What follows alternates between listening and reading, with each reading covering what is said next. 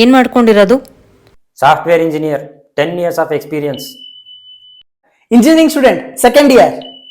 Engineering ಮಾಡಿದ್ರೆ life settle ಆಗತ್ತಾ?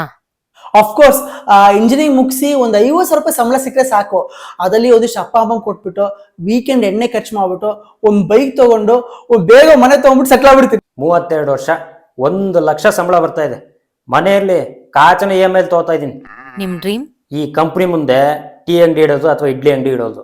ಆಗ್ಲಿಲ್ವಾ ಕೆಲಸ ಬಿಟ್ಟು ನಾವು ಅಪ್ಪನ ಹೆಸರಲ್ಲಿರೋ ಹೊಲ ಮಾಡಿಸೋದು. ನನ್ನ ಕನಸೇನಪ್ಪ ಅಂದ್ರೆ ಇಂಜಿನಿಯರಿಂಗ್ ಮುಗಿಸಿ ಅಬ್ರಾಡ್ ಹೋಗಿ MS ಮಾಡೋದು, ಅಲ್ಲೇ ಅದ್ರ ಬಿಳಿ ಹುಡುಗಿನ ಮದುವೆ ಆಗ್ಬಿಟ್ಟು 37 ವರ್ಷದಷ್ಟೊತ್ತಿಗೆ ಒಂದು ಮನೆ ತಗೊಂಡು ಪ್ಯಾರಲ್ ಆಗಿ ಸ್ಟಾರ್ಟ್ಅಪ್ ಕಂಪ್ನಿ ಓಪನ್ ಮಾಡೋದು. ನಿಮ್ dream company? Netflix, meta, Google, Intel. ದುಡ್ಡು ಯಾವ್ದು ಜಾಸ್ತಿ ಕೊಡುತ್ತೋ ಅದೇ ಡ್ರೀಮ್ ಕಂಪ್ನಿ. ಇಂಜಿನಿಯರಿಂಗ್ ಮಾಡಿದ್ರೆ ರೆಸ್ಪೆಕ್ಟ್ ಸಿಗತ್ತಾ?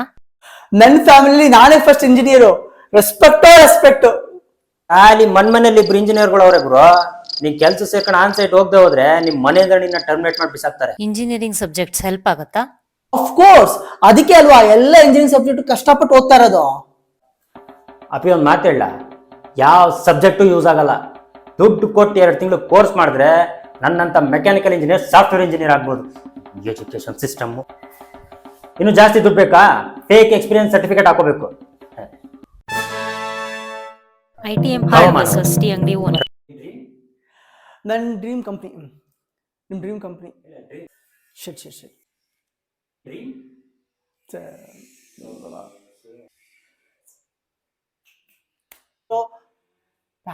ವಾಯ್ಸ್ ತುಂಬಾ ತಲೆ ಹೊಡ್ತಾನೆ. ಓ